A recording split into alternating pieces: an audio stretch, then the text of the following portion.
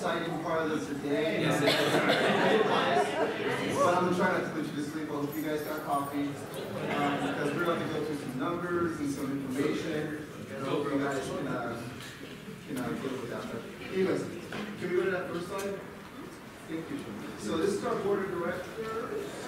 And I just want to say real quick that our board of directors are amazing. And they serve us tirelessly.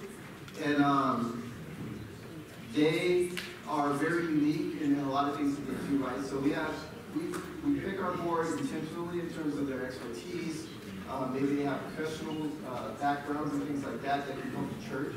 And so these people have done this tirelessly over years, many, many years. And so I just want to give them a round of applause.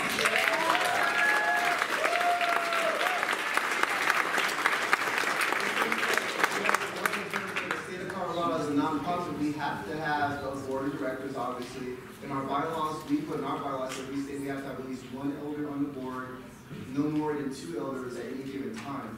And the special announcement I want to make is, one, we already thank them for their service, but secondly, we want to reach out to any of you who may want to serve in that capacity in the future. Like even now, there's 8 members up there, so think about it. If we ever had a vote or something and it's a 4-4 tie, we have to have a high number just because we're looking at people persuaded. But we are looking for someone to serve from the East region. So if you guys, anyone is interested, please reach out to your region leader and put your name in the hat there because we're going to look for someone to fill that position. All right. Here's the next slide, please. So this is a list of our ministry staff. As you can see that, and some of you guys are new to Denver, so I'm just going to kind of give a brief breakdown of how we're kind of situated here. So we have our congregational leaders, Austin Megan and Chris Zillman, and then we're broken up in regions. We have the Northwest region with the Rasmussens, we have the East region with the Ryans, we have the South region with the Ferries, and then we have 2 campus ministries. The one in Boulder, we have the Harvard, and we have Denver with Rick and Alex. And then within each of our regions, we have youth and family ministry leaders, and you can see those guys there. So you have the Montgomerys, we have in the South, we have the Gibsons and the East, and Lewisons in the Northwest. And then, as you guys already saw, we have the amazing Dustin and Catherine. So I'm just wondering if you guys, those who are new to Denver, kind of like an idea of how we're kind of situated there. And so you guys can see those names and who they are. Next slide, this is my team, and I'm the lead administrator. And then, who's changing my slide? Thank you, whoever's doing it. And then we have Jill, Agner Wilson, Human Resources, and we have Stephanie Dean. It's a pleasure to have Stephanie, working for us because she is so bubbly. And she gives me all the new lingo, like extra, and JK, all that kind of stuff. It's like, I'm learning the rest of the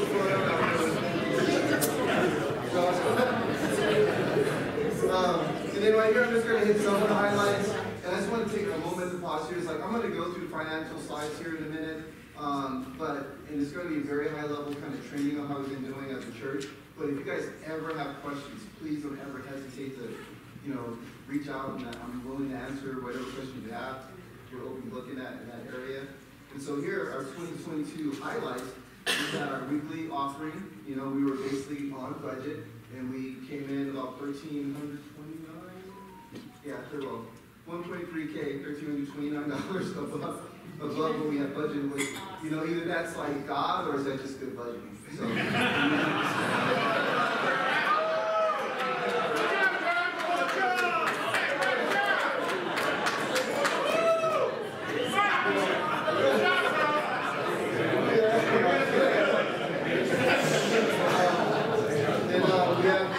Our membership actually declined this year, but we're not going to focus on that. We're going to focus on the 24 baptisms that we had, the 9 restorations, their life this year, or just restored to the body. And one of the exciting things is that we had some move-outs and some move-ins, and this year in contrast to prior years, we actually have more move-ins to Denver than we had move-outs, which is kind of like a plus 12 people. And I just want to say, welcome to all you guys here in Denver. Welcome to our family. We're glad to have you guys here. And then lastly, well, a couple more things. The special contribution, we exceeded our goal again this year. We had a goal of raising $350,000, and we raised $363,000, which is awesome. So thank you guys for your generosity. And then lastly, I think, because I'm from the old school, and some of you guys are from the old school, we went back to the Bible Jubilee. We had our own teacher elder, Glenn Giles, do a presentation on the Sermon on the Mount, but even more special, we had Don Downs and Cindy Fetterman also did our sermon there, and they did an amazing job of just kind of drawing our hearts to Jesus and giving us some deeper thoughts in terms of who God really is and how He should be represented in our lives. So that was amazing. All right, next. I can almost skip this slide because Rasmussen's did a great job on announcements, but the only thing that they didn't mention, I believe, was two things. The softball. I'm not going to talk about how our team did last year, but we are going to have a third annual softball tournament. So please be on the lookout for that. We're going to figure that out. And then special contribution this year is going to start on mid-May, on May 7th. And our goal again is to raise $350,000 to go towards some things I can I'm going to outline here on one of the last slides. All right, so here we go. The financial slides. You ready? All right. So, hundreds of numbers. So this right here, this represents our net assets, which is basically like a balance sheet for all the accounting people. And you can see I've broken it out to like the bank account, which is what we have in the bank, fixed assets, in orange there, and then investments in blue. And so we have about 5 certificates of investment that we currently have invested with the Solomon Foundation, which are doing well. Earning interest, good interest every year. But what I want to show is that you can see in 2019, right before the pandemic, we were kind of struggling a little bit there. But as we go across from 2020 and on, you can see that we've been remaining pretty steady. Some of the highlights there is we took advantage of the payroll, manage may not be the right word, but the payroll protection program. It was legal. Yeah. Because at the time, we didn't really know how the pandemic was going to affect our congregation, and so gratefully, I think a lot of us here had some really decent jobs to maintain things, so we did better than we expected, so that was awesome. And then also over those years, we've had various staff transitions, and another thing which, commending like the Ryans and the Ferries, they found some facilities that we've been able to use that have been way less than what we were paying before as we transition into this regional kind of meetings. So that's awesome. And then you can see like in 2023 our budget, you can see the bank account is going down a little bit, and that's mainly because some of the money we set aside for mission trips and stuff like that, we're going to finally be able to kind of use that money to send people over to Southeast Asia and do those different things that we've been planning for some time. So you can see we're going to actually be able to spin that down a little bit. So that's awesome. All right. And then this next slide here is a statement of activity. And all it really is just it's a combination of our revenue, expenses, and you can see our net income. And so all I really wanted to show here is that basically as a church, we really want to be able to monitor how we do with our weekly offering and contributions to make sure whatever expenses we have are covering what comes in. And so we want to be in the black every single year, or the blue. And just so you guys know, that's not Bronco blue, that's Cowboy blue.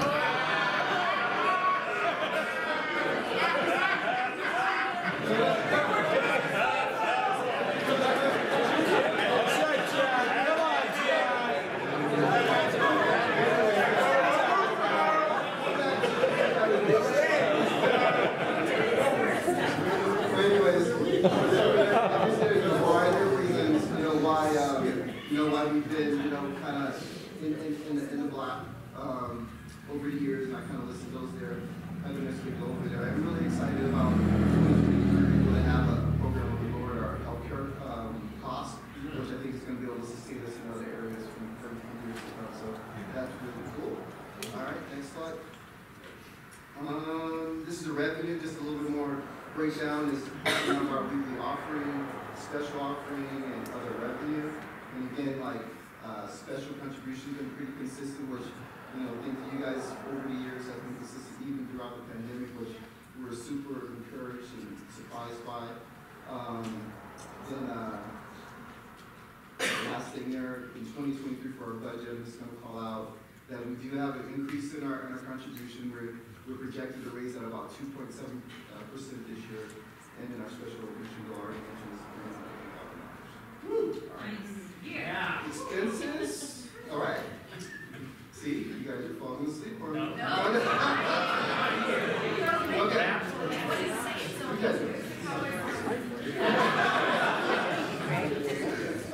This is our expense profile, basically, and it's broken down by compensation, facilities, ministry, and so on and so forth. And basically what I want to call it, you can see that the big area in green there is a compensation of our staff. And so what I want to call it there is that as a church, we really value having ministers to really minister to you guys in all those different regions. So that's why as a church, our structure has always been to spend a lot of money on that, on ministry and ministry staff and stuff like that, so we can really spread the gospel throughout the river. So that is what that's about. And then again, the benevolent work is basically benevolence where anyone can request benevolence at our church. They go through a benevolence committee we have in each of the regions. But that's been, you can see it went up a little bit in 2021, which is during the pandemic time, and a little bit in 2022 more than expected and stuff too. But that's what it's there for, and we're grateful to be able to support people in that way. All right. Let's see. Heading to the finish line here, we have the special mission contribution allocation.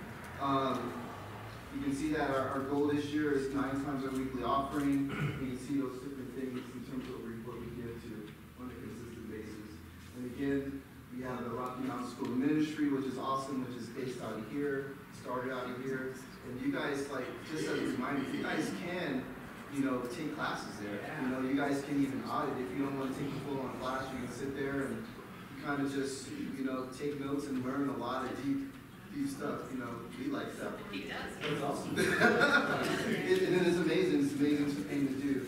But anyways, again, if you guys have any questions or anything about what I just presented, please reach out to me. And similar to what Hans showed earlier, if you guys go to the last slide there, on our website, we have this members resources, which you can go and find a lot of different things, the congregational calendar, the Knowing God series, if you want to kind of do that as you're going through studying with someone. If you want to go buy some swag, some merch, update your fit, whatever you want to do, it's all there to kind of get some of our logo on your back. So that is it. Thank you guys.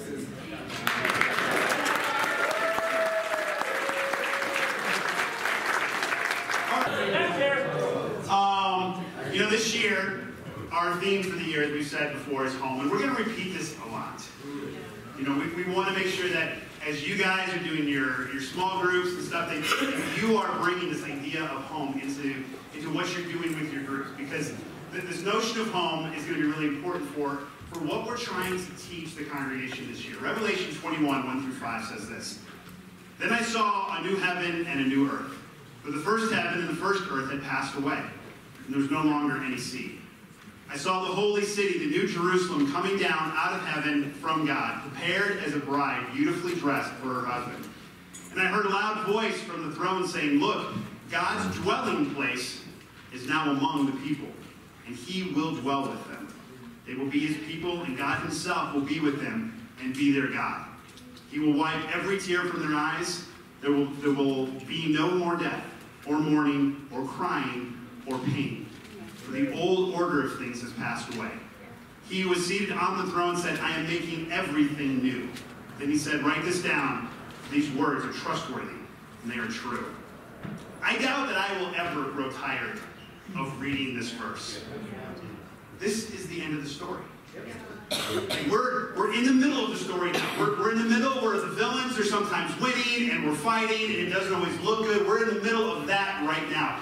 But this is the end of the story. And not all the time do the characters of the story get to know what the end is going to be. But we do get should read about the end of the story as much as possible. Because the end of the story is victory. The end of the story, it is a happy ending. And at the end of the journey, coming over the last hill, is home. You know, and the thing is, God will come and he will make his home among us. And that's the story. That's partly why our theme for this year is home. I think that the idea of home is an incredible context in which to attempt to understand and grow in the areas of specific focus for the Denver church. The notion of home is not simply a location where we reside. It's an idea that most of us, in some way, we cling to. Home is where we can be who we are. It's where we can put on our sweats and walk around whatever we want to wear. Where we eat what we want to eat. It's what we do what we want to do. Home is where we can be ourselves. Home is where there is comfort, and home is where there's familiarity. Much of our identity throughout the course of our life and much of our passions were built and they were formed while we were in the home. Often we go home so that we can reconnect to who we are and to what we once believed. God attempts to make his home among his people over and over and over again in our Bible story. From the fall of man to the end of the story we just read, God over and over again is drawing nearer to us. And that's a huge part of the narrative. He wants to make his dwelling among us. The Holy Spirit already makes his home inside of us. Amen. And God's desire is to call home everybody who will listen to him. That's right. So when I turned 40, just a short while ago, I went back to my spiritual home, the place that I was converted. I became a Christian in Massachusetts. I was at Smith College, and so I turned 40, and I was having like this Caleb trip, right? Because he was 40 when he was getting ready to go into the Promised Land, and his best years were in front of him. So I went, and Chris stayed home with all the kids, and I just had this return to kind of my spiritual home type trip. And it was wonderful. First of all, it was really nice being able to go back to my college town as an employed adult with money. So like if I saw a coffee shop, I could actually go in and get coffee. Or there was a bookstore that, you know, I would walk by and I could actually go in and buy books with campus students. There will come a time. There will. That you will be able to go beyond the dollar menu at McDonald's and go into a coffee shop. But it was so stirring for me to be back at the place where I came to know Jesus. And I'm so grateful for how I grew up, for my family, for the home my home life, where I learned about Jesus and I learned about the Word. But I learned really to make my home with Jesus in this, this little college town. But I took kind of a trip. It was just a trip down memory lane. I was just walking home, minding my own business first week of college when someone ran after me and invited me out to church. And I was on this little winding sidewalk, this little winding path. My college was beautiful. Like when you close your eyes and imagine what a college it's that, okay? So beautiful winding tree. But I call that the path of salvation because that's where Yuri ran up after. So I walked the path of salvation, the dorm. There's the dorm that I first sat down to do my first Bible study with Yuri Kobayashi, a woman from Tokyo who had just become a Christian, and Lolino Kagumba, who was a sister from Kenya. Like, I grew up in Roanoke, Indiana. I didn't know anybody that wasn't like me. You know what I'm saying? So here I am, sitting down with these women from around the world, and they're teaching me about Jesus. I remembered, okay, that's the place. I remember skipping class one day when I was in a crisis point and literally literally wrestling for hours with Paul's words, forgetting what's behind and straining towards what's ahead and pressing on to take hold of that for which Christ. Like I remember that spot where I got my little blanket and I just sat there and cried out to God. Or the prayer hut where we would have early morning prayer times, or even the little spot next to the prayer hut that one time my sophomore year on Mountain Day, it's a Smith thing. All of us, I went to a women's college filled with tradition, so my ministry was just women, and we got in this big fight that day on Mountain Day, and there were cheers, and there were fingers, and accusations, and then we ended up in Philippians with, I plead with you, Yodia, and Syntyche to it, like, all of these things. I'm remembering all of these places, the dorm room that I spent, because when you're in college, you're just dramatic. And again, I don't apologize for that, you guys. You have not learned to regulate. So all the nights I spent in my dorm with the lights off, just crying, listening to YouTube's Psalm 40, and just crying because It's hard. It was hard learning how to follow Jesus, you know. But I remember that's what it was like for me to go home. I brought my old journals and my old prayers and just examined over that time the progress of my walk with Jesus, the decades that I had spent walking with Jesus. And again, just looking back and remembering it all, it filled me up.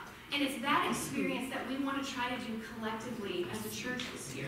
To go back and remember all of those things, all of the things in our story individually, all of the things in our story together. So we're going to do this collectively. You know, we're going to walk back to our roots. We're going to remember those early days as we learned what it meant to find a home in God and to find a home in one another. So that's one of the reasons why we want to make this our theme. And I think, you know, there's many ways that we can create this feeling. And I don't know, the nostalgia of like opening up the songbook. I don't know if any of you have an old songbook. You know, and you can probably remember, you know, you get in trouble if you forgot to bring your songbook. You know, you're supposed to have it not for yourself, but in case there was a visitor that needed a song. But there's a nostalgia in that that's sweet, and that is good. And I don't know if you remember the excitement of seeing your first Kingdom wedding. You know, where people that you knew who, before they were dating, they started dating, they dated for a long time, they were patient, they did it the right way, and then you got to go celebrate their wedding. You know, and there was something so exciting about that. Or the overwhelming joy of the first time that you got to worship God, sitting next to somebody from a different country, speaking a different language. They couldn't understand you, you couldn't understand them, but you knew that you were brothers, and you could stay at their house, and they could stay at your house, no questions asked. Because we were one family. You know, I don't know if you guys remember the thrill and the fear of sharing your faith for the first time. Talking to strangers about Jesus, like becoming the very person that I hated, you know, going out and sharing my faith. But just the thrill of doing it, and then having someone respond and like, I was praying about this. And all of that. And the depths of content, the depths of what it felt like the first time you had a quiet time, and your quiet time overcame your anxiety. Or your quiet time overcame your sadness, or it overcame your anger, and it changed you just by reading the Bible. We want to go back to that. You know, I remember when we got married, and it was so exciting to, you know, obviously the honeymoon and everything going out, we're by ourselves for the first time, doing adult things, you know, going to restaurants and, but, you know, having a hotel room. Like, I remember walking into the hotel and them going, "Are you old enough? Do your parents know that you're here?" You know, and then coming home from the honeymoon, and we have a home now. Like, we have an apartment, and the feeling of, like, we are building our home. Like, we have a couch now. I'm on the couch. and we had to figure out where we're going to put it. You know, and we have dishes. I have dishes that weren't like recovered from like a fast food restaurant. You know, I have actual dishes now. But we're gonna establish a home. And what we do now is the foundation for what we're going to be. And you know, we've been married for 25 years, and that first year of marriage was so much of the foundation of what we are now. We have to be devoted to maintaining and protecting our home. Every home has to be watched over. It has to be looked after. It's important to be good stewards of what God has established for us in this world. If we don't care for our home, then it's going to fall apart over time. So it's important to learn about the ways that we can better maintain our home for long health. You know, hospitality, family, refuge, memory, and wisdom should all be the kind of things that anchor us back to our homes. A place to live and a place to build a good life.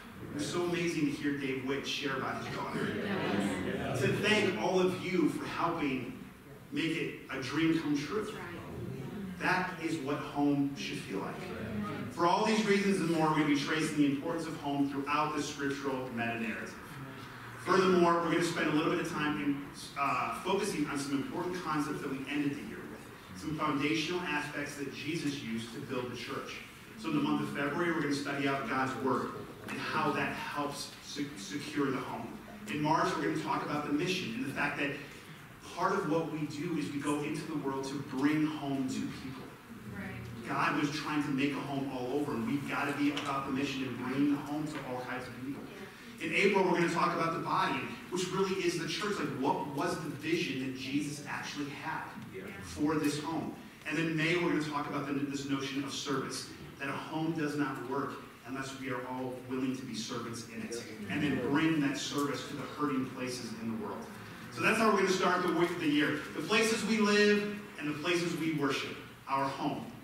We hope this year to learn the ways that we can prepare them to be where God finally comes back. Okay? Now we're going to take a 5-minute break here in just a second, because we have A.T. and Marcy Arneson here. The Arnesons are some of our best friends. And we're so excited. I'm just so excited for you to get to know them. You know when you have friends who you're just very proud of? Yeah. And you just want other people to know them and like them because you like them so much? That's how I feel right now. And I have no doubt that you will love them as much as we do. But we're excited for them to do the workshop today. But actually, one of the reasons we invited them to come is because we asked them to oversee the evaluation of Megan and I. And so they sat with our senior staff so they could do an evaluation of how we're doing in our job as congregational leaders. It was really good. After the workshop today, they'll sit with the elders. But they'll sit with the elders and they'll do the same thing. It's important that we also get feedback and evaluation from those that we lead, and they're helping to do that. And I'm so glad that it's the Arnesons that are leading that. And I'm going to go ahead and have Megan share about Marcy real quick, and I'm going to share about A.T. We're going to take a 5-minute break, and then we're going to come back for the workshop. It is so exciting. Everything, I know you guys get sick and we're always like, trust, trust, trust, high trust environment, trust, how about trust? Like, but we blame them. Because everything that we're trying to do, everything we're talking about is everything that we've learned in watching them lead the Chicago church. It was such a joyful part of our life for maybe 12 years, I think, 11 or 12 years. Whatever. Now I see how you feel when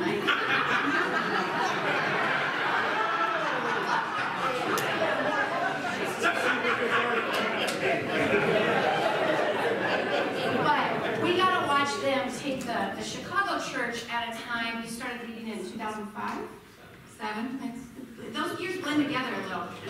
But when it was not a high-trust environment. It was an incredible church filled with incredible disciples, but so much history and hurt and some narratives that had to be changed and culture that and we watched them do it with such an incredible amount of humility, truthfulness, vulnerability, but they led. They're not afraid to lead. And so it was such an incredible, just fun, happy, even through the ups and downs of that. What a joy to be able to be shaped by you guys and molded by you guys. I think Marcy in particular, she's got the both and in so many things. She's a dancer. They were cheerleaders in high school. True story. They went to high school together. Wow. And they were cheerleaders together. And we've got the pictures to prove it. My only regret is I did not think to put that up there today. But she holds both, she holds a lot of, again, the both hands. Like, she's very strong, but you're very gentle. You're very compassionate, and you're not afraid to speak truth. You're very wise, but you're a lot of fun. You laugh all the time. And I also love how curious you are. They're both such curious learners. And so they've never reached this point where, like, yeah, we got this, we've been doing, but they're always curious. Every time we're together, every time we talk, I'm like, oh my goodness, they're still diving in, even at this old age that they've reached. It's getting out of hand. But they never settle, but they constantly grow. And Marcy is just an incredible example. She's an overcomer. She's struggled for years with poor health, and yet she learns how to still be fully engaged and how to manage it all. And you're a hero. You're remarkable, but you're a friend. So I'll stop because I'm sorry. He said yes. I can go on and on. I won't. But we're so glad that you guys are here.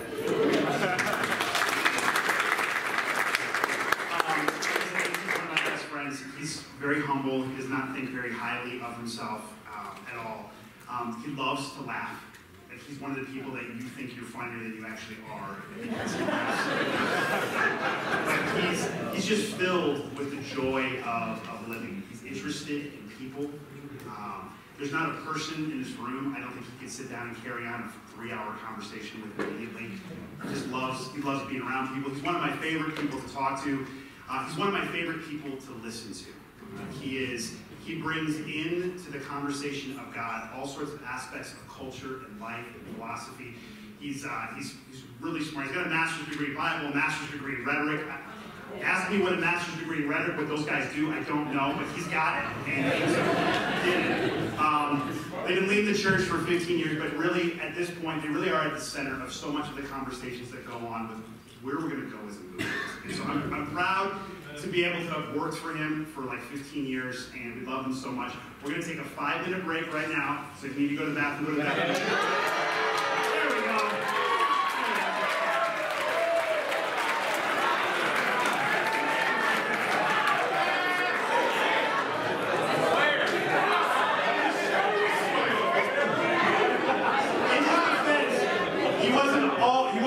Just a cheerleader, he was also an All-American wrestler, so he played wrestling top. So he offset the cheerleading part of the wrestling. So we're going to go ahead and take a 5-minute break, go to the bathroom, get something to drink real quick, and then come back in 5 minutes.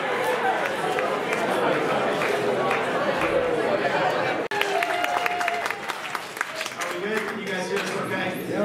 We're going to begin with a stunt, and then we're going to have a cheerleading stunt. Is that okay?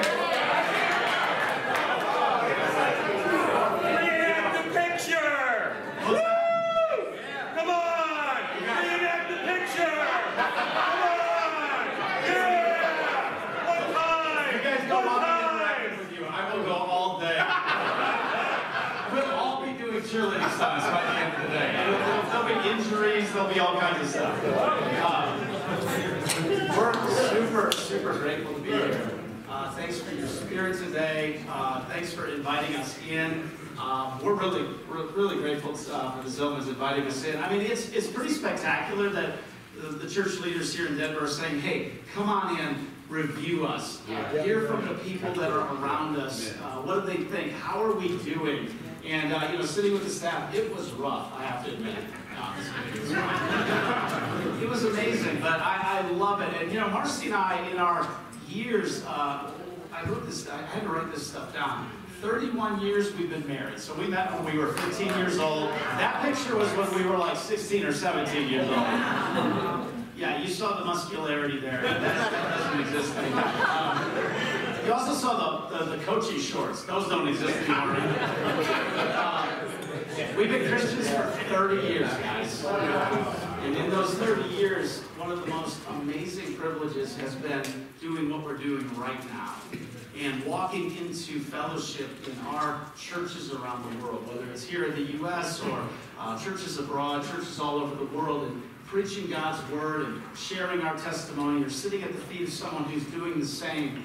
And I still, 30 years in, I sit here today and I go, there is nothing like this on planet Earth. Yeah. This is so special. This is so what your theme kind of describes. It's so home that we can walk in here and be embraced by people that we barely know, or maybe we've not seen the Downs sitting over here.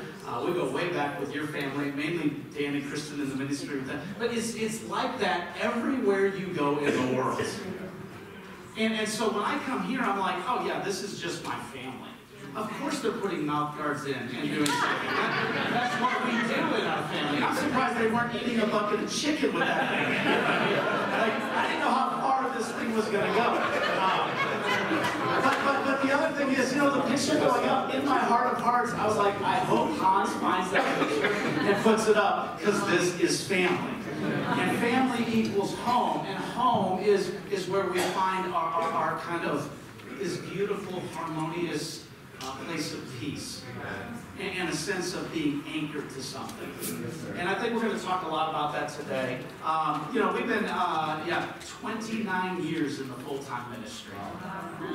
And let me tell you, it never gets old, and it never feels non-treacherous. And let me tell you, today we may describe how treacherous it feels even at this hour, because we're living in some very, what feels like inconsistent times in our world. Yeah. And I wish we were here saying, oh my gosh, after all this investment in years, we found the silver bullet, and we're going to share it with you today. And this is it. If you do this in your small group, it's going to go great. No, we have nothing like that. We're grasping for the air, going, this might be a good way to stay anchored. That's what we're going to be talking about today. And then we have 2 children. One of them lives up in Boulder. And so our daughter Jess is 30 years old. She lives up in Boulder. And so this has become like a second home to us. We're coming to Denver all the time. And we're like, man, we should get some land and get a cabin. We'll never leave the Midwest. We are Midwesterners to the core. But man, we love coming here and going up in the mountains. And then our son Steven, he's 29. He just turned 29 years old. So when Megan says we're old, when your youngest is 29, you kind of are old. But I'll turn it over to Marcia in just a minute. Good morning. It is so great to be with you. Thank you for inviting us to be here. We give you greetings from the Chicago Church of Christ. That is right. And we just live about 15 miles north of downtown, and we love it. We are so grateful for the churches, and we were so grateful to be here with you. So thank you for inviting us to be here and sharing. And you know, I think about Chris and Megan, and I remember when they were wrestling with this idea of, gosh, could we be the ones to go and work with the Denver, congregation? And they are such a huge part of our team in Chicago that we're like, oh, that's a cute thought, you know, but just pray about it for a little bit. We don't want to tell them not to, you know, but God definitely moved their hearts, and I so appreciate Chris and Megan's hearts to want to follow God and to want to serve God's people. And that is what I see in both of you. And we're so grateful to have been on this journey over the past, has it been 11, 12, 15 years, whatever it's been? We don't know. And, you know, just to be able to get to know each other at a level of knowing each other's children. I mean, Chris has helped us mentoring our son. Just being in each other's lives that way is such a blessing in the kingdom, you know, that we have that kind of a working dynamic and then we also have the friendship and the ability to spur each other on. And so we're just really grateful, not only for the Zillmans and for the Denver church, but I'm so grateful for each of you. I think about the house church leaders, and I think about that a house church leader, in my opinion, is like the heart of the church. I feel like we're the house church leader, the small groups, Bible study, whatever you call them, house churches?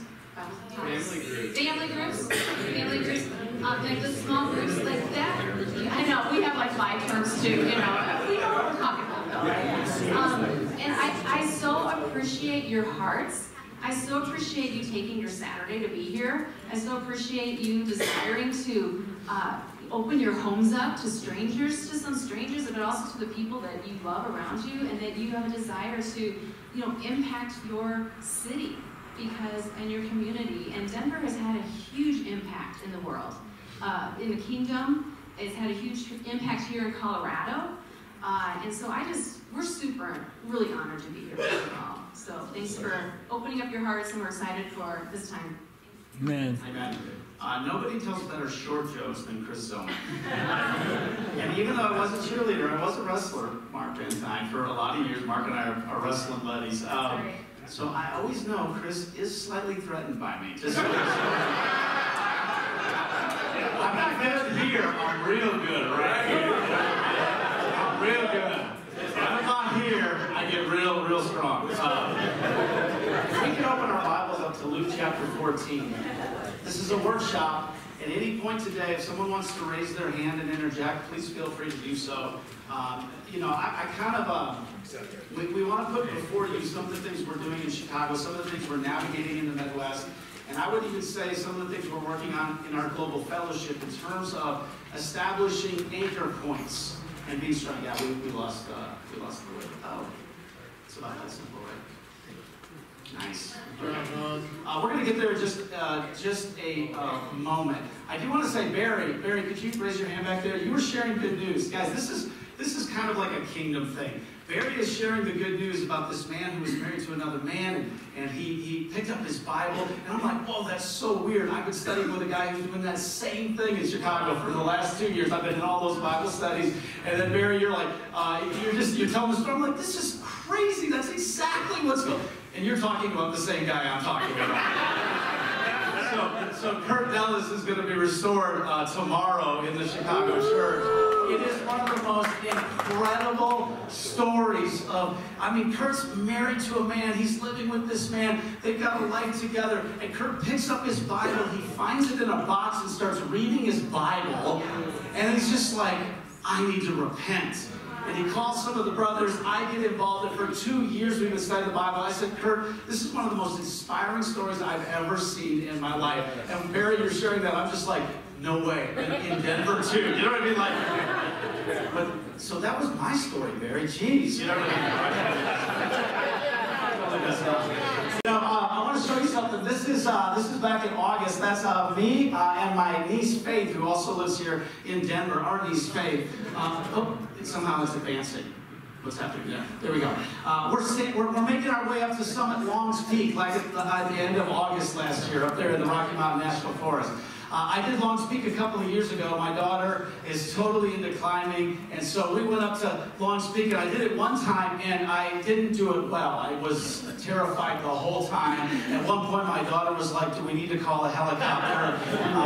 Because I fell on my knees, and I'm like, I don't think I can move with this kind of exposure out here. It's not like that in the Midwest, by the way, you guys. Anyway, I was like, let's do it again. So let's do it again, and this time I'm going to do it bravely. And so we're climbing, we started at 3:30 in the morning. Some of you, I know I'm talking to pros here. Just bear with me because this was great. But what happens is you're coming up into the clearing above the tree line, and the sun starts to rise. And as the sun was rising that particular morning, we got a rainbow sunrise, I guess, or something like that. And Faith and I are standing off in the distance, and Jessica sees us, and she's like, hey! And we're like, look at this! And we got our fists in the air, claiming the victory of something we had nothing to do with. A sunrise. Like, we weren't gleaning off of the glory of God and going, look at this! And that's how Christianity is to me. I see that spirit in Christianity, that God partners with us, and we're raising our fists in the air like, look what God is doing, and we're claiming that victory, and God loves it when we do that. So when we're sharing good news, or we're sharing news from afar, and it's relevant to the person who's sitting in the room, we're all claiming this amazing victory of what God is doing that really we have such a minimal part in affecting through our own humanity. You guys with me there? Yeah. And I think as we sit here today as small group leaders, whatever good is going to happen in your small group, whatever good is going to happen in the Denver church or the Chicago church, whatever thing we're facing, there'll come moments where you're like, yes! And you'll be claiming a little bit more than you probably should, but you're celebrating with God. Yeah. Because we remember God works through flawed humanity, who's not capable of anything we aspire to. Whether it's sending our children to Nepal, or it's watching someone repent and we get to be a part of it, or our daughter gets baptized 2 weeks ago and our other daughter and her husband. All the things that are sharing, we're going, yes! And it's all the work of God. Amen. And I love that about God, that He lets us partner with it. God has work to do that we must not take our eye off of. And I think in the inconsistencies and challenges of our world right now, we have got to find ourselves anchored to the things that are home for us in our convictions. Amen. And so this is not very fancy, but we're going to look at the old school discipleship study scripture, Luke 14, 25 through 33. And we're going to get a little bit fluid. I told Mars, I said, Mars, if there's a point where you need to share, just come up here and tap me on the shoulder. But let's read this whole thing, and then we're going to break it down a little bit. And we're kind of in a workshop mode. So again, maybe we'll find a little time to interact. But let's read this with me. Luke 14, 25. We're going to read it through verse 33. We know this passage, so dust it off a little bit before we get there. Take your breath and let's read this. These words of Jesus that anchor us in a consistent anchor point of truth is so important to us, I believe, especially at this hour. Large crowds were traveling with Jesus, and turning to them, he said, if anyone comes to me and does not hate his father and mother, his wife and children, his brothers and sisters, yes, even his own life, he cannot be my disciple. Amen. And anyone who does not carry his cross and follow me cannot be my disciple. Suppose one of you wants to build a tower. Will he not first sit down and estimate the cost to see if he has enough money to complete it? For if he lays the foundation and is not able to finish it, everyone who sees it will ridicule him, saying, this fellow began to build and was not able to finish. Or suppose a king is about to go to war against another king. Will he not first sit down and consider whether he is able with 10,000 men to oppose the one coming against him with 20,000? If he is not able, he will send a delegation while the other is still a long way off and will ask for terms of peace. In the same way, any of you who does not give up everything he has cannot be my disciple. This passage, I want to tell us, is not an or else. It's a so that. Sometimes we study the Bible with people and we read this and we say, if you don't do this, and that's not what Jesus is doing. He's not putting up a barrier to get through. He's putting up a full description of the path of true devotion as a disciple. Amen. This is not an or else. This is a so that you can follow me. This is the path forward. And so few want to choose this path, brothers and sisters. You know, the reason I want to camp on this is as I was studying this passage with my dad, literally in December, we read it just like I read it here. We're on a Zoom call. He lives down in the middle of nowhere in Missouri. And so we're on a Zoom call and we read it. And his response, as this man who knows very little about the Bible, he just goes, whoa. And I was like, I haven't had a whoa moment with Luke 14 in a long, long time. Do you know what I'm saying? And I had actually studied the Bible with and baptized another guy that was a 50-year-old man who had come into our church, but he's like, I think I'm a Christian, but I'm looking around going, I'm not the Christian I see other Christians are in your congregation. And he was just baptized in late November, but when we read Luke 14, he's like, I've never seen anything like this before. And so those two reactions put me back onto this passage in this kind of, boy, what am I anchored to as a Christian? Our church can't institutionalize itself in such a way that we lose sight of the anchor points that make us who we are. You know, we have a lot of fun, we do a lot of things, but at the core of who we are is this passage right here, and I love it because it's Jesus telling us what's it all about. And I think we got to figure out this idea here of what are we aiming for? You know, there's a theme, home. There's all these things. Because we might not find ourselves at this point, maybe having been around for a long time, aiming at the right targets. And so what happens is we start talking about things that don't seem to involve some of the concepts we read in Luke 14. And then we realize, oh, I must be distracted because we're talking about this, and we're talking about that, and we're concerned with this, and we're concerned with that. But you always have to come back to that anchor point. Are we still this no matter what? Right. And you know what's amazing about this passage? I've been thinking a lot about this. This can never be taken away from you once this is your point of devotion. Even if we didn't have each other. I have this, and you have this. And we'll find each other if we have this. Do you know what I'm saying? Like, this is the anchor point. This is the bolt in the rock. This is what you hang everything on right here, what Jesus is teaching. So what are we aiming for? Let's say we're aiming to baptize some people. Well, I think that might be, okay, this is going to sound crazy. Like, we want to grow. But is that the bullseye of the target we should be really thinking about? We talked a lot about growth. We want our church to grow. Hey, we didn't grow last year, but a lot of people moved in, and John did a great job, by the way. That was awesome. Yeah. Praise God, we have people with that skill set doing what they're doing, right? But we would also, we want to grow, but if growth is the bullseye of your target, I think you're missing a ton in the what you're aiming at. See, if we aim at God, we will get growth. Well, we want people to participate and be in our small groups. you know what? If you aim at participation, it's going to feel forced and accountable and other things. But if you aim at love and fellowship, participation comes as a result of that. So my question for you as you embark on this year is, what are you aiming at? What are you striving for in your small groups or whatever it is that we're kind of focused on? I know it's primarily small groups here. Here's a quote I found in a book that is just outstanding. It's a book called Falling Upward. And it is a somewhat terrorizing book because it's like, you gotta go down before you go up. And I'm like, no, I just want to keep going up. You know what I mean?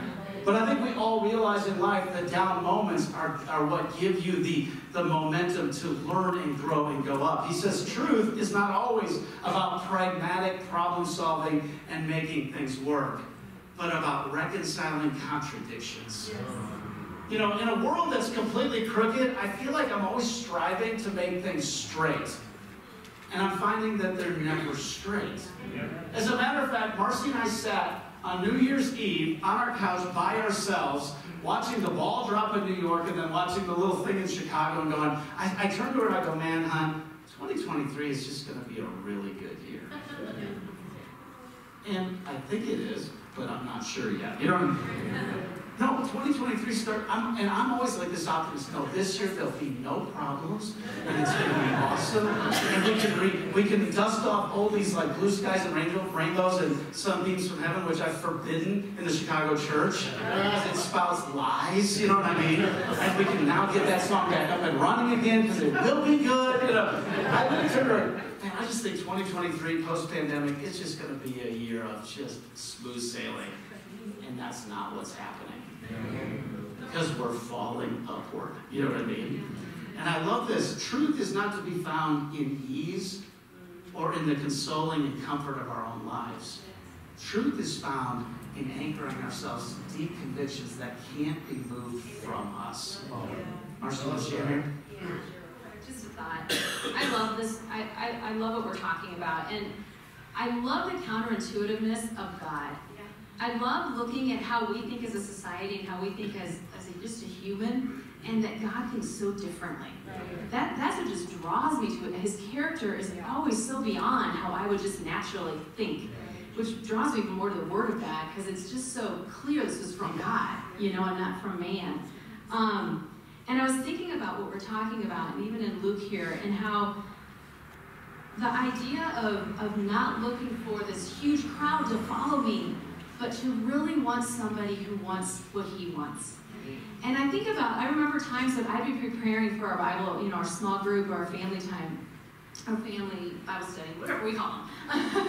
Our small group to come over, and we get the house ready, you know, you spend time cleaning it up, right? You got maybe a candle lit, you got a few snacks put out, and like one person would show up. And I'm like, wow, okay, you know, like, what do I do with this? And you know all the feelings that go on with that moment. But I thought about, you know, Jesus at the well when just one woman showed up. I mean, it just was one woman, and he turned to this one woman. I mean, so I thought, gosh, the counterintuitiveness of one person showing up, where I'm like, where's everybody else? And 4 other people said they were, you know. Instead of that, making the most of that opportunity with whatever God presents at that moment. And that's the counterintuitiveness that I want to be as a Christian, not caught up in the wrong thing. Yes. Well, only if we're so and so, you know, not that we shouldn't care about the others, that, you know, we should obviously know how everyone's doing, but I think you get what I'm saying. I love that God is always showing us examples of moving forward, not in a way that our human nature would want us to. And we're going to continue to talk about that as we go along, just the counterintuitiveness of God, but I love that. You know, we look back here in this passage, verse 25, look at this with me. Large crowds were traveling with Jesus, and turning to them, he said. And we know what he said because we read that here, and most of us know this passage deeply. But you know, Jesus is not looking for quantity of people, he's looking for quality of hearts. Whenever you see Jesus addressing crowds of people, and this is super counterintuitive to the world we're living in, a world of likes, a world of influence, a world of social media, where the more followers you have, the more validated you are, the more pronounced is your voice, whether it's relevant and correct or not. In that world, we are always in danger of believing that a large crowd is better than a small crowd. Okay? And we believe that the more followers we have, the more validating it is that God is somehow with us. And I'm telling you, that's not how Jesus thought. And I'm not saying we shrink our church down to 3 of us. You know what I'm saying? But I'm saying God is interested not in the quantity of people, but the quality of the hearts seeking Him. And this is really, really important. I think that there's this concept, Marcy, I want to talk about.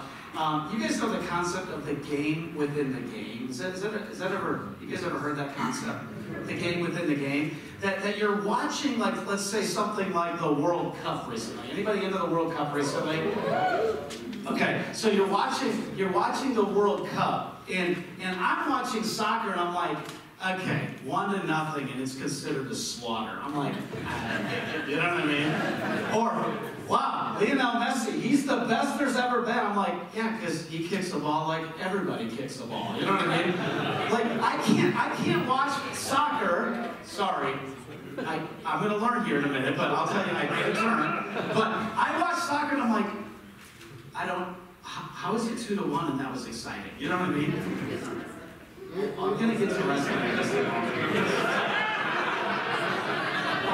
We're going to get to wrestling in just a moment. Okay. So I'm watching soccer, and I'm like, how is he the best? He kicks the ball, he dribbles the ball, sometimes he falls down, sometimes he flops around on the ground. I don't know how he's different than anybody else. And people are like, dude, did you see Lionel Messi? He dribbled that ball 15 yards and then shot and missed, but it was amazing. I'm like, okay, somebody help me out here. I watched the Netherlands game with Argentina, the semifinals, with a brother in Chicago who played Division I soccer. And he literally was in my ear the entire time telling me everything that was going on, the game within the game. And as he did, I was like, I'm getting chills right now, because I was like, no way, that guy's the best guy ever. You know what I mean? Like, the whole world knows that. Now you're coming to understand it. I'm like, did you see the way he did that? So by the end of that game, I was hooked, line, and sinker. You know why? Because I saw the game within the game. What Jesus is describing, guys, is the game within the game with Christianity. And sometimes we're disappointed at the songs that were sung, or, hey, the sermon wasn't exactly what we hoped for, or we're disappointed in some relational rapport, or something happening in the church. But you got to look past all of that shallow stuff to the game within the game. Is the Denver church following the path Jesus laid out for us?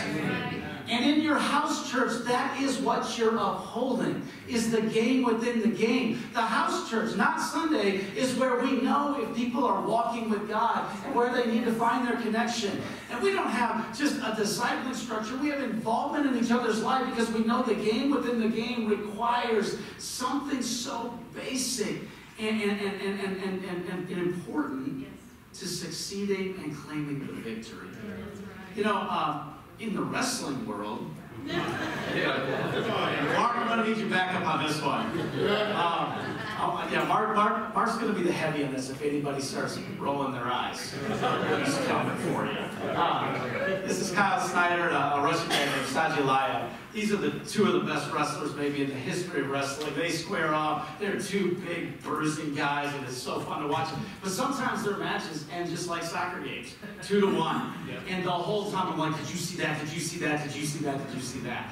I'm so blown away, even though it's 2-1, at the things these guys are able to do.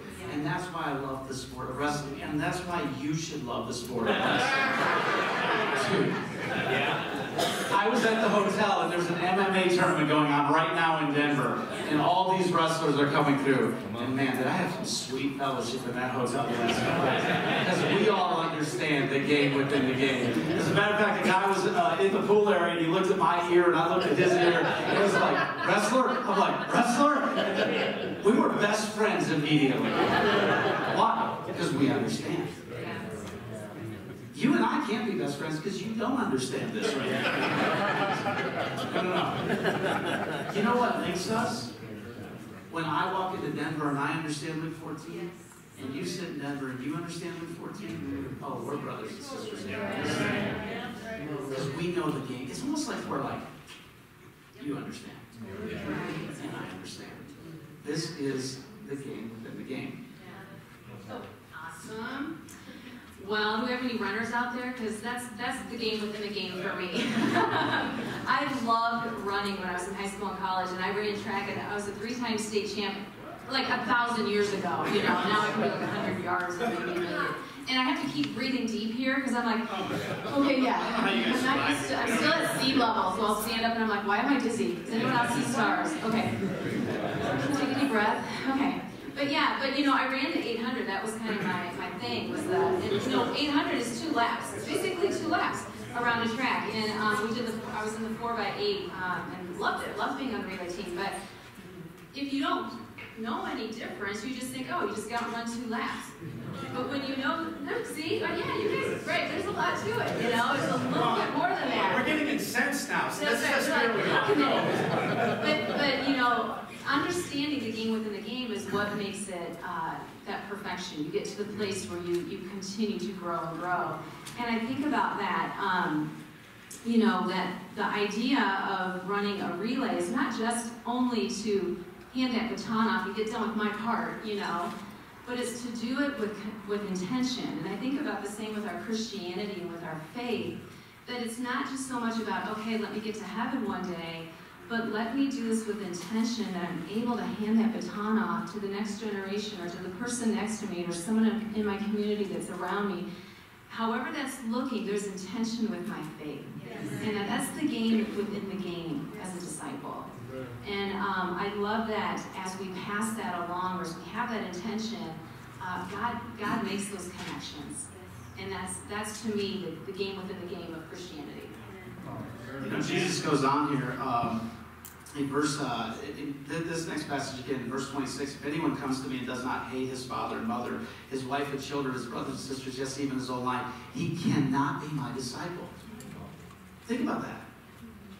And we know when you study the Bible with someone, you go, hey, is there a word that stands out here? Yeah, it's the word hate. Misio in the Greek. It means to detest. And I'm like, well, it's got to mean something else. No. What Jesus is saying is, if there's any other relationship in your life, even at the closest level, that influences you more than me, you can't be a disciple. I know, like we're all going, wow, and we've heard this 1,000 times. We've taught this, we're like, whoa, that's how we should feel. And it's not like, and I'm reading this to my dad, and he's literally like, oh my gosh, what is this? It's so funny, A.W. Tozer, he's a theologian. Marcia, I think you're going to share here. You guys know Tozer? Yeah. Okay, then you may know what I'm going to tell you here. But he says this, has it ever occurred to you that 100 pianos all tuned to the same fork are automatically tuned to each other? They are of one accord by being tuned not to each other, but to another standard to which each one must individually bow. So what Jesus is telling us is, if you're tuned to your husband, wife, and not to me, you're out of tune. If you're tuned to your children, parents, and they're struggling the faith, and it starts taking you out of tune, get retuned to Jesus, or you can't be a disciple. Just go on and on. Someone in the church that you love gets out of tune, and we tune ourselves to that person, sometimes in compassion and sympathy. You got to go back first and say, I got to get tuned to Jesus so I view this correctly. Yeah. You guys with me? Yeah. No, this is tough stuff. So how does it apply to you and your small group? This is the responsibility to create this dialogue amongst the Christians that gather in our homes. And so when you're asking yourself, what are we trying to accomplish tonight? It's right here in 314 every single time. And sometimes it's with a bag of chips. Sometimes it's with a mouth guard in, looking silly up here. But we're all trying to tune ourselves in some part way back to Jesus. This is super important. You can't tune yourself to Chris and Megan. And I don't mean that in a joking way. When we get personality oriented in our church, we get out of tune. You guys with me there? Yes. What makes all of this work is the secret of that game within the game for all of us. I know when I see Downs and Mom that I'm like, to do it for 40 years. And if there's a problem here, we should start with, let me get tuned up, and then let me be in tune with my brother and sister. Okay? Does that make sense? Yeah, and this is so good. And I remember, it's just good to remember that even right now, as we're just kind of all taking that moment, that God is calling people to the same decision He called each one of us to. And He's working in their hearts the way He worked in your heart and in my heart. At whatever point we decided to make Jesus the Lord of our lives. And that is happening right now, and that He's calling us to help. Well, He's calling us to make Him a priority in our life, as well as help others to help make Him a priority in their lives. And He doesn't call us to do that to hinder us or to limit us. He calls us to do that to free us. It's the most freeing thing to allow God to be number one priority in our life. And I remember it was 1992, and A.T. and I had just been studying the Bible for about a week. And I had just been kind of deciding, am I a Christian? I thought I was a Christian. You know, you go through that. This is where I was at. I was raised kind of in a religious upbringing, and so we had been married for about a year, and I remember I was downstairs of our apartment building in this concrete basement, and the washer and dryer were there. I was doing a load of wash, and I could picture it. It's like a burning bush. It's a burning bush. It was me and Jesus in the concrete basement. And there was a window well. You know, I was looking about the window well, so a little light was coming in. And I had just gotten through, I think, discipleship study or just deciding, am I even going to be a disciple of Jesus? And I just was doing the laundry, and I looked up and I said, God, I'm going to follow you no matter what. And I said, I'm going to be your disciple. I wasn't even sure what I was even saying. But I knew I was in Bible studies, and I knew that's what I wanted. And I didn't quite know the game within the game yet, but I was getting there. And I remember I said to myself, even if A.T. doesn't decide this, because he was still kind of like, do we want to, read the Bible, or do we really want to? And I said, even if A.T. doesn't do this, God, I'm going to follow you. And I said, even if A.T. takes our daughter, who was a month old, and leaves me, God, I'm going to follow you.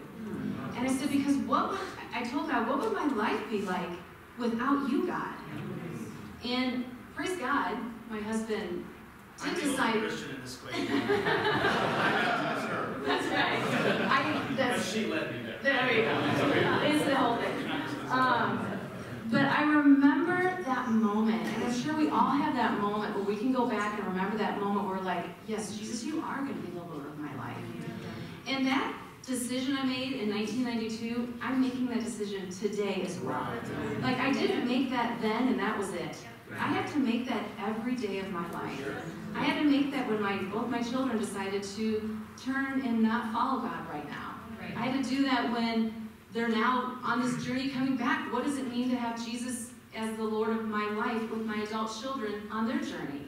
I had to do it when my son was shot in the city of Chicago and survived, praise God. I had to say, what's it look like to have Jesus be the Lord of my life if I don't know if my son's going to live right now? What is that moment like for me? And every day of my life is that kind of a moment now, where I make Jesus the Lord of my life today. And it's the most freeing decision that we can make. And I want to live that way so that when I'm with my small group, or when we're in our meetings like this, that we're impacting each other on that level. Not just in a way that maybe the world would want us to impact, or have impact and be together and feel a closeness that's maybe missing the truth and the depth that God's calling us to. And that's what I love about this heart of God to want to have us make Him our priority. The ongoing joke in our family is that I'm the older Christian and I'm the more mature one. Marcy and I are having a problem. Because Marcy studied the Bible for 2 straight weeks, and I was like, I want nothing to do with this. So they paused to try and win me over, and they won me over. Then I kind of sped up, and then I got baptized and baptized her. I'm the older Christian. Just sit down in uniform and listen to me.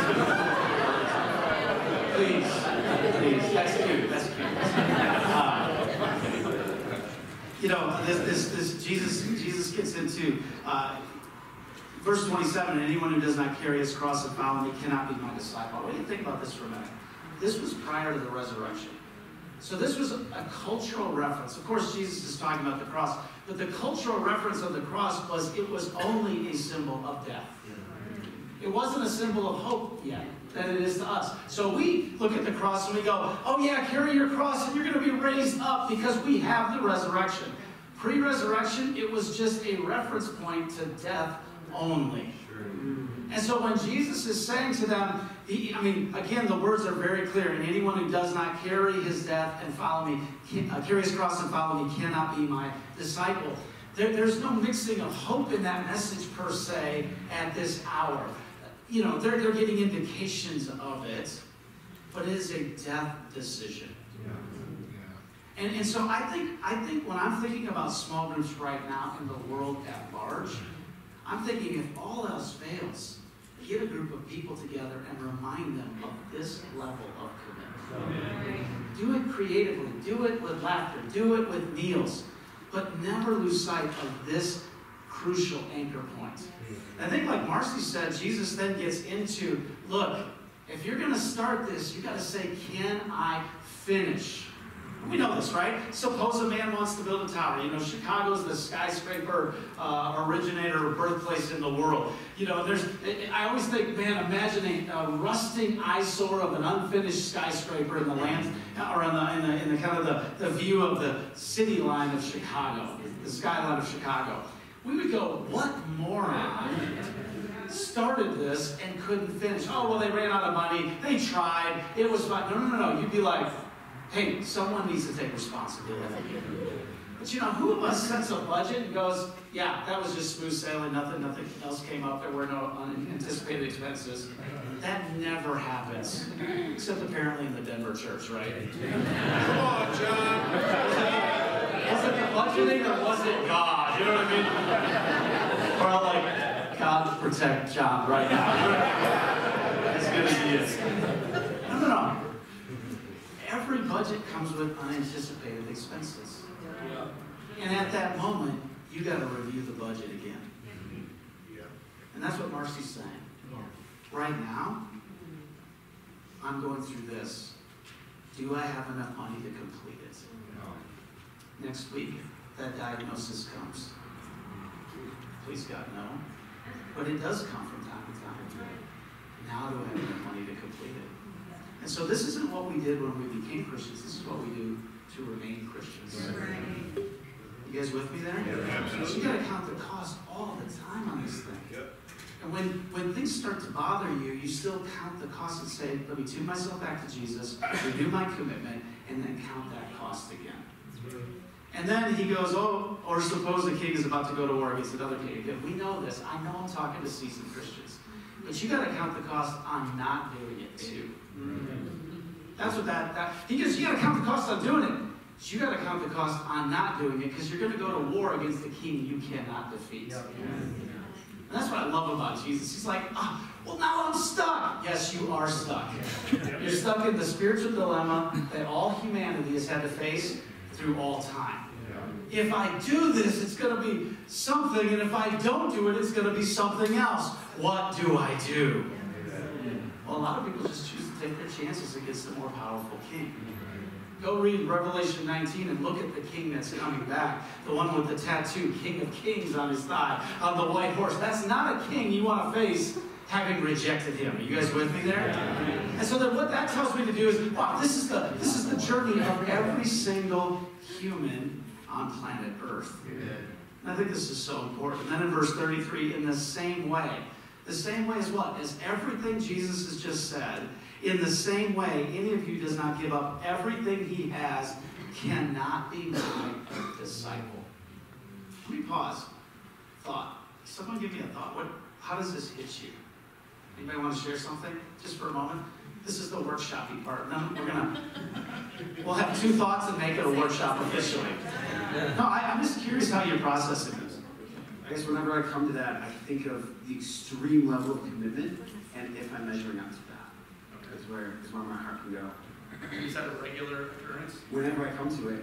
Whenever I go to that Are you coming to it now? Yeah, when you're saying, and I'm like, I got the kings before me, and I've got this tower that wants to be built. It's like, man, and like part of me can get us the whole message, but like it's an incredible commitment that can kind of freak me out at times even when I do have an amazing family around me. Amen. Anybody else have a thought? I'm just going to say, the one thing that you shared earlier was around the tuning the piano string. right? So when we're all tuned to the same, the same pitch, then we're there. And I think the one thing that Kim and I talked about, we struggled a little bit with, okay, how do we get our group to like meet regularly? How do we get people to commit to meeting regularly, right? And what you said, the focus shouldn't be on committing to meeting regularly. It should be committing to Jesus. Right. And anyway, that was sort of a light bulb.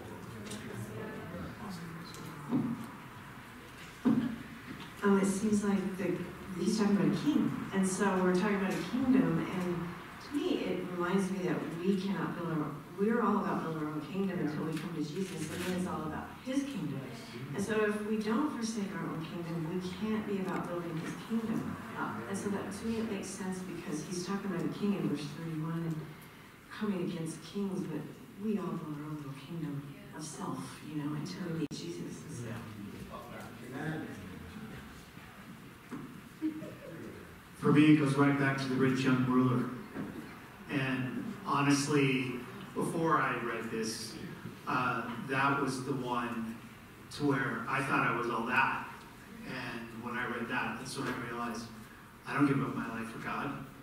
And so that's where the intensity hits when I read this is, what am I still holding on to? What am I not giving to God to make an impact?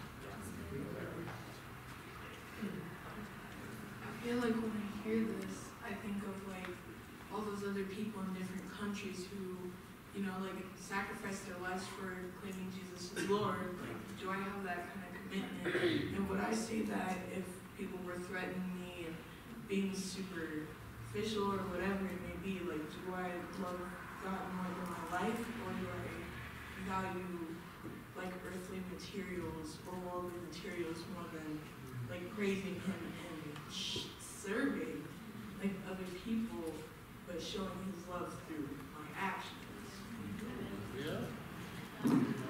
I just, one of the most kind of exhilarating reminders of this, I went into the Ukraine back in October, in the middle of the war, walked across the border.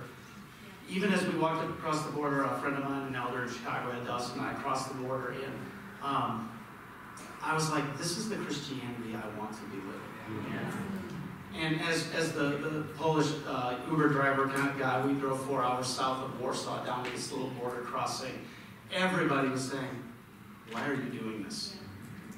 And we've been connected with Ukrainian brothers and sisters through every other week on Zoom calls through the whole war for a year. And the Ukrainians were starting to feel like we didn't care about them because we wouldn't come there. But every time we wanted to come, a new offensive was launched by the Russian army, and it was like dangerous. And we finally got to the point where they were about to break in their spirit if we didn't get there. And I equated it to like walking into a hospital room. I'm not a doctor, but walking in and saying, I'm with you, makes all the difference in the world. And as we crossed the border and saw them, we're crying, we're hugging, and we spent 4 days in Lviv as missile warnings are going on, and we're like, what are you supposed to do? They're like, don't worry about it. They're so used to it, we were like, we're all going to die, you know what I mean? But I'm telling you, this authentic Christianity welling up within me, I didn't become a Christian to just stand behind pulpits and lead leaders meetings. I was like, I think it's going to take something more to change the world. And the core essence of it is right here in Luke 14. And that's what I want to do. I want to die to myself and cross that border and serve my brothers and sisters. I want to lead a small group that reminds us of what it means to be committed as a disciple. I want the storms of the world to rage, but we batten down the hatches in the church and we renew our commitment to Jesus and to our family, and we press on with the message of the gospel. This is the Christianity I want to be a part of. This is the message I see in Luke chapter 14. And it's very, very powerful when you start reconnecting yourself to that anchor point in the storms that circle all around us. Yeah, a quick comment on that too, because I love that the truth is so powerful that we don't have to get so creative to lose the basic, truth of God. And we live in a world where we're all trying to one up the next thing. We even say that was so yesterday, as if what happened yesterday has no more value today. And we're in this. What's better, what's best, and we kind of get in this if we're not careful, we can get into the, well, how do we reconstruct this in a way that everyone likes it in today's society, if you will. And I guess I caution that within myself and within our hearts, that we would not get so creative that we lose the truth. That we lose the basic, this is what Jesus said to those that were following him. Why would I have to change that? If I want to keep fresh, I need to just keep in step with the Spirit. That's the freshest way to keep relevant in today's world, is to be in step with the Spirit, because the Spirit is always a step ahead of us.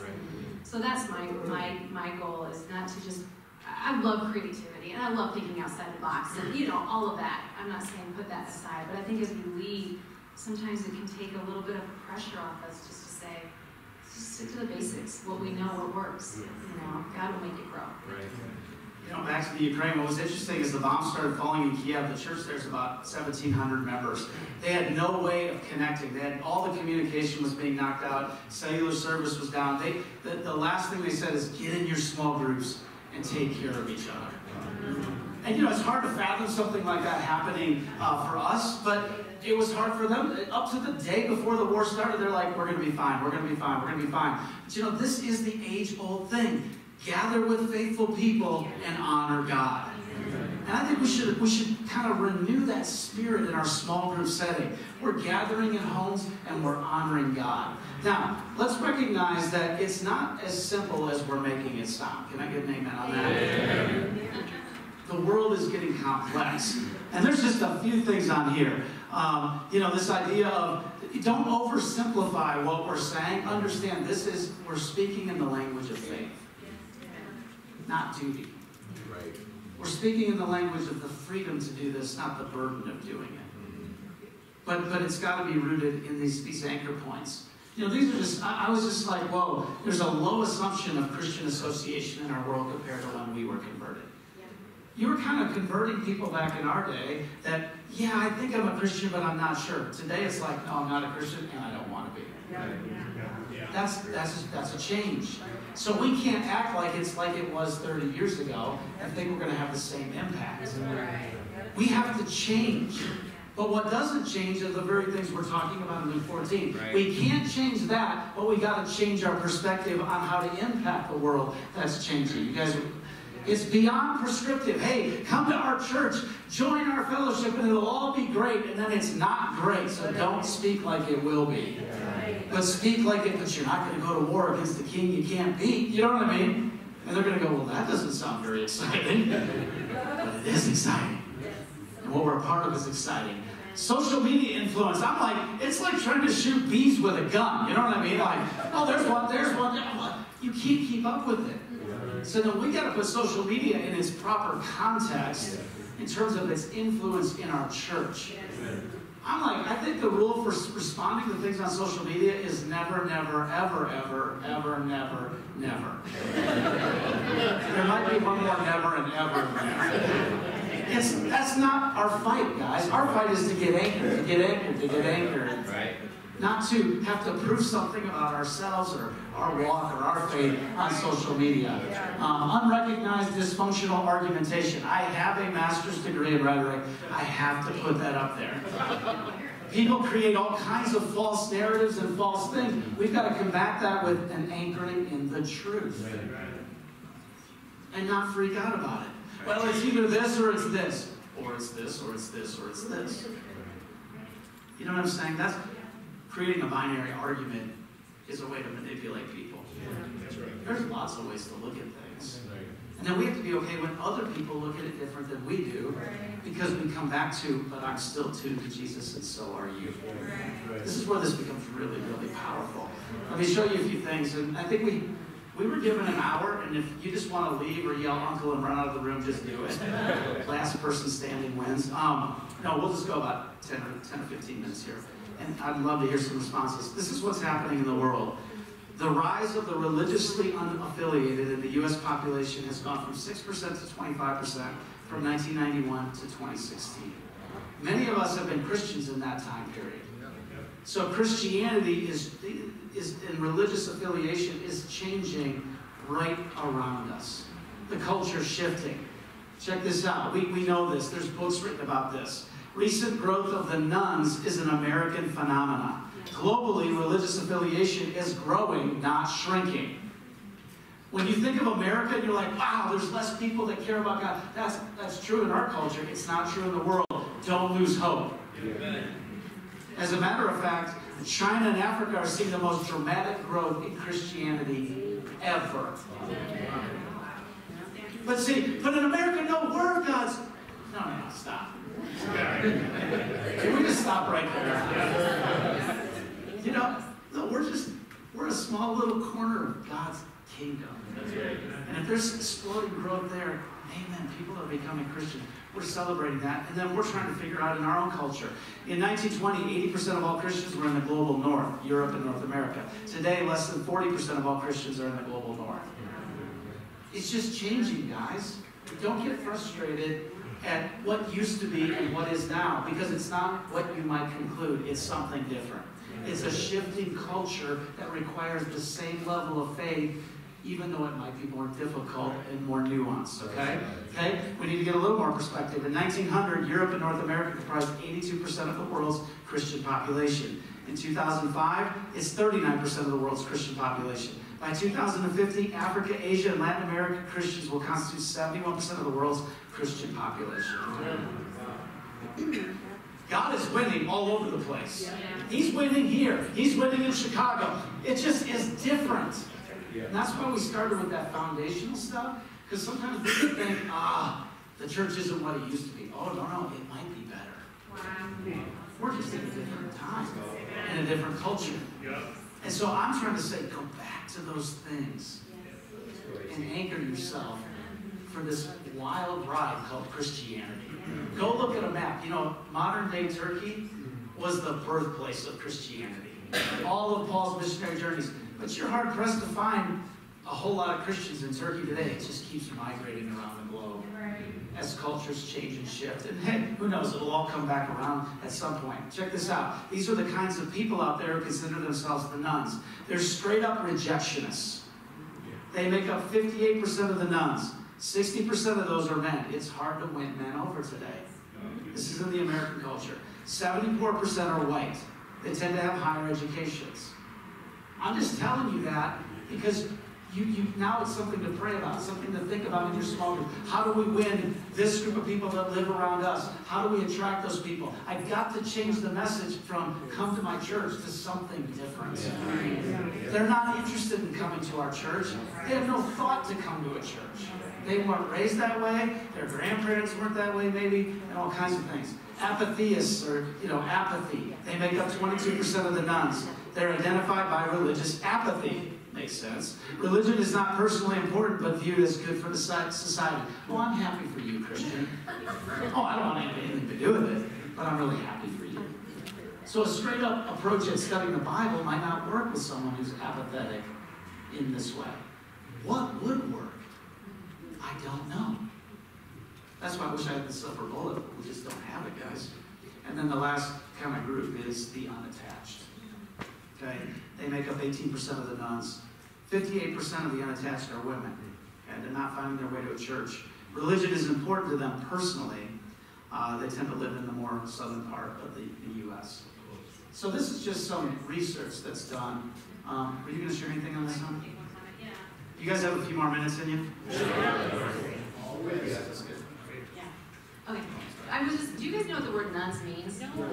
Yeah, because nuns. So it's meaning that if you ask them what church do you go to, or what's your affiliation with religion, they're going to just say nun. So that means nuns, because I didn't know that either. I'm like, what's nuns, So they're the nun. That's kind of, they've been termed or coined the term nuns, So hopefully that helps. But the thing I just want to say, just as we're kind of getting ready to close here, is that I love remembering. I think even when Jesus, clearly Jesus knew that, he was the same yesterday, today, and tomorrow. That although societies changed, although technologically advancements have happened around the globe, the thing that's the same is God, and the thing that's the same is the human heart.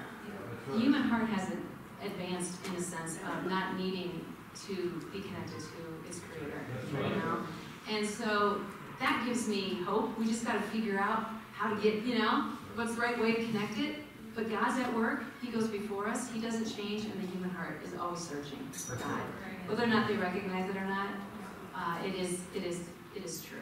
So I love remembering that. It just keeps me in that fight. Amen. Okay, I'm going to land the plane here. That's one of my favorite things. But you don't land a plane fast because it crashes. That's why it crashes. I'm going to skip through a couple things, and I can email this to you guys. I'm skipping. This is something that might encourage your soul. Where 2 or 3 come together in my name, there am I with you. Carl, the next time it's 2 people at your house church, God is here. You know what I mean? So, our advice to you, get grounded in a group that is like-minded. If all else fails, just have a great small group. And it's not all going to fail. You're going to come to the Denver church, you're going to come to events like this, and so on and so forth. And, Jesus describes this kind of paradigm that's really etched in my mind from a leadership standpoint. He says, you're going to be my witnesses in Jerusalem, Judea, Samaria, and to the ends of the earth. And in my mind, I see these concentric circles. And someday we'll come back and we'll show you concentric circles. And they're really cool because they're colored and all that. I have all kinds of stuff on this. But you got to start here before you can be here. And I see that paradigm in our family. Hey, Mars, you're my Jerusalem. The kids are our Judea. Our family is our Samaria. And our extended community is the ends of the earth. And so when the family's going through something, I start right here. Are we good at the core? Are we good with the kids? Are we good with our family? Are we good with our community? And I think the same thing. In your small groups, who's with you? Then how do you expand that? Then how do you expand that? Then how does that influence the Denver church and beyond? Start with that first core and go, okay, we're having a hard time getting everybody excited to come, but let's just, are the 4 of us going to be together this week? Let's start there. And then from there, and so you don't get frustrated. You just boom, boom, boom, boom. And let me just close with this. When I was sitting there in the Ukraine, I was like, man, this is the Christianity I want to live. I don't want to have everything so structured and planned out and predictable that it doesn't require faith anymore. And I was kind of relishing in that. And then, you start like, yeah, God, that's the kind of Christianity I want to live. But you got to be careful of wishing for that because then it starts coming to you. I was sitting and I actually was chilling out in December and I was kind of relishing this. Yeah, this was a year of going out on the edge and doing some things that were unpredictable and da-da-da. And I get a call that night at 9:30 that the guy who was supposed to preach the next day, he's like, I need you to preach tomorrow morning. And I'm like, it was almost Christmas. I'm like, I don't preach when I'm not scheduled to preach. And that's what's going to happen to you too. You know what I mean?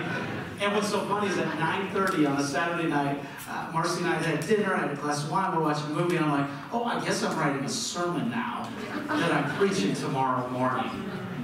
Unplanned. And I just went up there and just put it all out there.